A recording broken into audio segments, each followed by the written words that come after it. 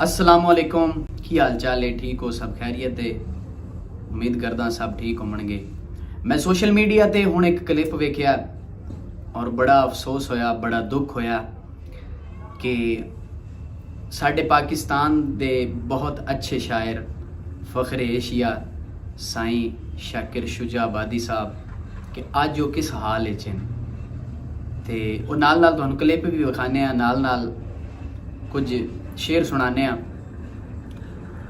एक क्लिप वेख के ते साडे बहुत अच्छे शायर पंजाबी दे आकिब सत्यानवी साहब जिन्हां दा जंग तो तल्लक है, उन्होंने दो लाइनां लिखियां कि मैं जींदा हाँ तां मोया तू भी माड़े हाल हिन मेरे।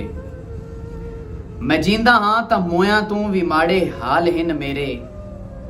जदा मरसा मेरे ना दे तू वेखी हस्पताल होसन। वेखो किड्डी वड्डी गल कि जदा मरसा मेरे ना दे तू वेखी हस्पताल होसन। कि इंसान दी जींदियां कदर कोई नहीं,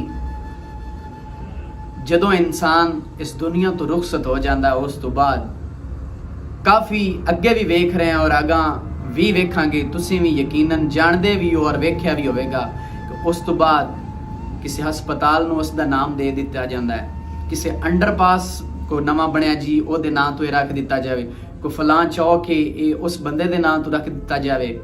जींदियां दी कदर ही कोई नहीं है। वीडियो वेख लो तुहाडे सामने। ते जिन्हां दा ਜਿਹੜੇ ਲਿਖਣ ਤੇ ਆਵਣ ਤੇ ਇਸ ਤਰ੍ਹਾਂ ਲਿਖਦੇ ਨੇ ਕਿ ਤੂੰ ਮਿਹਨਤ ਕਰ, ਮਿਹਨਤ ਦਾ ਸਿਲਾ ਜਾਣੇ ਖੁਦਾ ਜਾਣੇ। ਤੂੰ ਮਿਹਨਤ ਕਰ, ਮਿਹਨਤ ਦਾ ਸਿਲਾ ਜਾਣੇ ਖੁਦਾ ਜਾਣੇ। ਤੂੰ ਡੀਵਾ ਬਾਲ ਕੇ ਰੱਖ ਜਾ ਹਵਾ ਜਾਣੇ ਖੁਦਾ ਜਾਣੇ। ਇਹ ਪੂਰੀ ਥੀਵੇ ਨਾ ਥੀਵੇ ਮਗਰ ਬੇਕਾਰ ਨਹੀਂ ਵੈਂਦੀ। ਇਹ ਪੂਰੀ ਥੀਵੇ ਨਾ ਥੀਵੇ ਮਗਰ ਬੇਕਾਰ नहीं ਵੈਂਦੀ। दुआ शाकिर तू मंगी रख दुआ जाने खुदा जाने। दुआ जाने खुदा जाने। क्लिप है मजीद तुसी वेख रहे हो और वेख लो। साडे पाकिस्तान दी हुकूमत नूं चाहिदा है, साडे वज़रा नूं चाहिदा है कि पाकिस्तान दे ए नायाब हीरे इन्हां दी मदद कीती जावे, इन्हां नूं सपोर्ट कीती जावे। क्योंकि वेखो एक इतना वड्डा नाम और अज किस हाल च।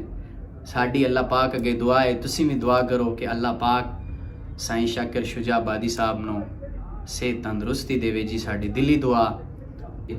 अल्लाह हामी नासिर। अल्लाह हाफिज़।